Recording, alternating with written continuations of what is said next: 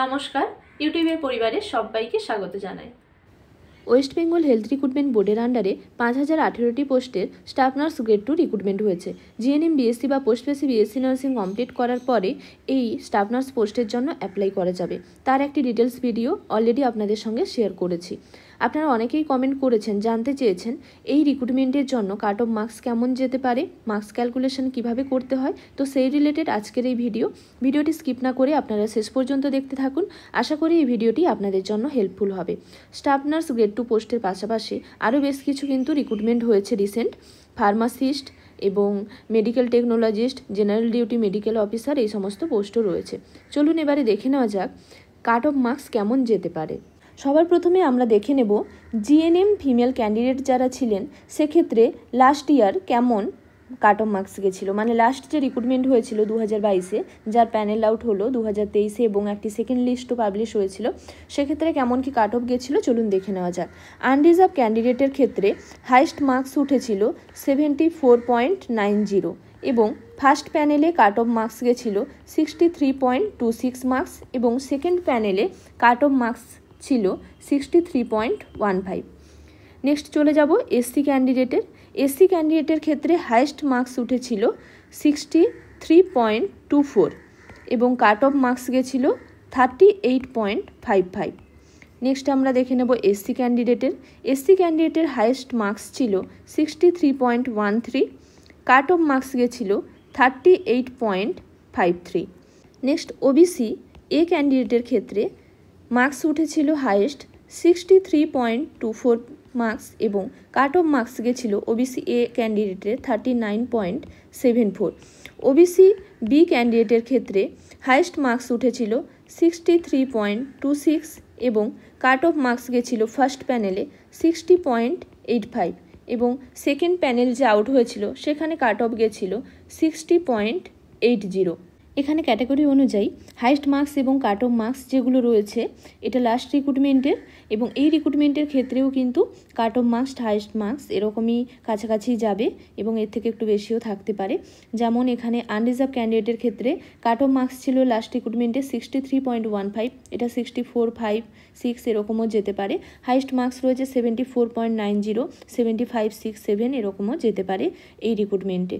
এবার দেখে নেব জিএনএম মেল ক্যান্ডিডেটের কেমন হাইস্ট মার্কস এবং কাট অফ মার্কস ছিল লাস্ট রিক্রুটমেন্টে। আনরিজার্ভ ক্যান্ডিডেটের ক্ষেত্রে হাইস্ট মার্কস ছিল 72.97 মার্কস এবং কাট অফ মার্কস ছিল 59.31 ফার্স্ট প্যানেলে এবং সেকেন্ড প্যানেলে কাট অফ মার্কস ছিল 59.21। নেক্সট এবার দেখে নেব এসসি ক্যান্ডিডেটের ক্ষেত্রে। এসসি ক্যান্ডিডেটের ক্ষেত্রে হাইস্ট মার্কস ছিল লাস্ট রিক্রুটমেন্টে 58.99 এবং কাট অফ মার্কস ছিল 39.48। নেক্সট এবার দেখে নেব এসটি ক্যান্ডিডেটের। এসটি ক্যান্ডিডেটের ক্ষেত্রে হাইস্ট মার্কস ছিল 59.19 এবং কাট অফ মার্কস গেছিল 49.23। নেক্সট এবার OBC A candidate. OBC A ক্যান্ডিডেটের ক্ষেত্রে হাইস্ট মার্কস ছিল লাস্ট রিক্রুটমেন্টে 58.69 এবং কাট অফ মার্কস ছিল 46.22 এবং সেকেন্ড প্যানেল যেটা পাবলিশ হয়েছিল সেখানে কাট অফ মার্কস গেছিল 46.08। এটা ছিল ফার্স্ট প্যানেলে, এটা সেকেন্ড প্যানেলে। Next OBC B candidate. OBC B ক্যান্ডিডেটের ক্ষেত্রে 58.65 মার্কস ছিল ফার্স্ট প্যানেলে হাইয়েস্ট এবং কাট অফ মার্কস ছিল 54.63 এবং সেকেন্ড প্যানেলে সেটা কাট অফ মার্কস হয়ে দাঁড়ালো 54.51 সেকেন্ড প্যানেলে। নেক্সট পিডাব্লিউটি ক্যান্ডিডেটের ক্ষেত্রে লাস্ট যে রিক্রুটমেন্ট হয়েছিল সেখানে কাট অফ মার্কস ছিল 54.39 এবং হাইস্ট মার্কস ছিল এটা, কাট অফ মার্কস ছিল 45.16। লাস্ট যে রিক্রুটমেন্ট হয়েছিল সেখানে বিএসসি এবং পোস্ট বেসিক বিএসসি নার্সিং ক্যান্ডিডেটের ক্ষেত্রে কেমন হাইস্ট মার্কস এবং কাট অফ মার্কস ছিল চলুন দেখে নেওয়া যাক। আনরিজার্ভ ক্যান্ডিডেটের ক্ষেত্রে হাইস্ট মার্কস ছিল 72.76 এবং আনরিজার্ভ ক্যান্ডিডেটের ক্ষেত্রে কাট অফ মার্কস ছিল 54.20%। এসসি ক্যান্ডিডেটের ক্ষেত্রে হাইস্ট মার্কস ছিল 54.53 এবং কাট অফ মার্কস ছিল 35.73%। এসটি ক্যান্ডিডেটের ক্ষেত্রে হাইস্ট মার্কস ছিল 54.41 এবং কাট অফ মার্কস ছিল এসটি ক্যান্ডিডেটের 40.98 মার্কস। নেক্সট ওবিসি এ ক্যান্ডিডেটের ক্ষেত্রে হাইয়েস্ট মার্কস ছিল 54.39 এবং কাট অফ মার্কস ছিল ওবিসি এ ক্যান্ডিডেটের 40.25। নেক্সট ওবিসি বি ক্যান্ডিডেটের ক্ষেত্রে হাইয়েস্ট মার্কস ছিল 54.42 এবং কাট অফ মার্কস ছিল 43.31। নেক্সট পিডাব্লিউডি ক্যান্ডিডেটের ক্ষেত্রে হাইয়েস্ট মার্কস ছিল লাস্ট রিক্রুটমেন্টে 52.54 এবং কাট অফ মার্কস ছিল 43.16। নেক্সট এবার মার্কস ক্যালকুলেশন। প্রথমে দেখে নেব জিএনএম ক্যান্ডিডেটের ক্ষেত্রে একাডেমিক মার্কস রয়েছে 75, এক্সপিরিয়েন্সে রয়েছে 10 এবং ইন্টারভিউতে রয়েছে 15। যেমন এক্সপিরিয়েন্সটা ম্যান্ডেটরি নয়, এক্সপিরিয়েন্স থাকলে সেটার মার্কস অ্যাড হবে। একাডেমিকে রয়েছে 75, তার মধ্যে 30 রয়েছে হায়ার সেকেন্ডারি, 40 জিএনএম আর 5 রয়েছে ডিপ্লোমাতে, কিন্তু মিনিমাম 1 ইয়ারের। 1 ইয়ারের যদি কম কোর্স হয়, যেমন অনেক সময় 6 মান্থের কিছু কোর্স রয়েছে ডিপ্লোমা কোর্স, সেটা কিন্তু নয়। মিনিমাম 1 ইয়ারের যে কোর্স রয়েছে ডিপ্লোমা কোর্স, যেমন সিটিভিএস রয়েছে, সাইকাট্রিক নার্সিং রয়েছে, নিওনেটোলজি রয়েছে, এরকম বিভিন্ন ডিপ্লোমা কোর্স রয়েছে, সেক্ষেত্রে কিন্তু 5 মার্কস রয়েছে। এইভাবে কিন্তু টোটাল মার্কস রয়েছে 75 আর এক্সপিরিয়েন্সের ওপরে রয়েছে 10 আর ইন্টারভিউতে রয়েছে 15। হায়ার সেকেন্ডারিতে এই যে 30 মার্কস রয়েছে, সেটা কিভাবে পার্সেন্টেজ করতে হবে চলুন দেখে নেওয়া যাক। যদি 500 মধ্যে এক্সাম হয়, 5টা সাবজেক্ট থাকে, সেখানে পার্সেন্টেজ বের করতে হবে। যদি 6টা সাবজেক্ট থাকে তাহলে 600-র ক্ষেত্রে পার্সেন্টেজ বের করতে হবে। যেমন একটি এক্সাম্পল হলো হায়ার সেকেন্ডারিতে 90% রয়েছে, 5টা সাবজেক্টের মধ্যে বা 6টা সাবজেক্টের মধ্যে যদি 90% থাকে, তাহলে সেখান থেকে 30% মার্কস বের করতে হবে। যেমন 90% রয়েছে, 90 ইন্টু আপনারা 0.3 করলে সেখান থেকে আপনারা পার্সেন্টেজ পেয়ে যাবেন 27%। বা আপনারা এভাবেও করতে পারেন, 90% রয়েছে, তার সঙ্গে আপনারা ইন্টু করবেন 30 ইকুয়াল করে সেখান থেকে আপনারা ডিভাইড করবেন 100 দিয়ে, সেক্ষেত্রেও আপনারা পেয়ে যাবেন 27 মার্কস পেলাম 30-র মধ্যে, তাহলে রয়েছে 27। তাহলে আমরা হায়ার সেকেন্ডারির এই যে 30% রয়েছে মার্কস, সেটা কিভাবে ক্যালকুলেট করব? হায়ার সেকেন্ডারির যেটা পার্সেন্টেজ থাকবে 500 বা 600-র মধ্যে, সেই পার্সেন্টেজের সঙ্গে আমরা অ্যাড করব 0.3 ইন্টু করব, সেখান থেকে আমরা পেয়ে যাব, যেমন আমাদের ছিল 90 ইন্টু 0.3, সেখান থেকে আমরা 27 মার্কস পেলাম। বা আমরা 90% রয়েছে, তার সঙ্গে আমরা 30 ইন্টু করব ডিভাইডেড বাই 100, সেখান থেকেও আমরা 27 মার্কস পেয়ে যাব। এইভাবে যার যেটা পার্সেন্টেজ রয়েছে সেখান থেকে এভাবে ক্যালকুলেট করতে হবে। এবার চলে যাব জিএনএমে। জিএনএমে রয়েছে 40, সেই 40-র কিন্তু এখানে মার্কসের স্ল্যাব রয়েছে। চলুন এবারে দেখে নেওয়া যাক সেই স্ল্যাবটি। এখানে স্ল্যাব রয়েছে, তাহলে আমরা আগে যেমন পেয়েছিলাম একটা এক্সাম্পল 27 মার্কস পেয়েছিলাম হায়ার সেকেন্ডারিতে।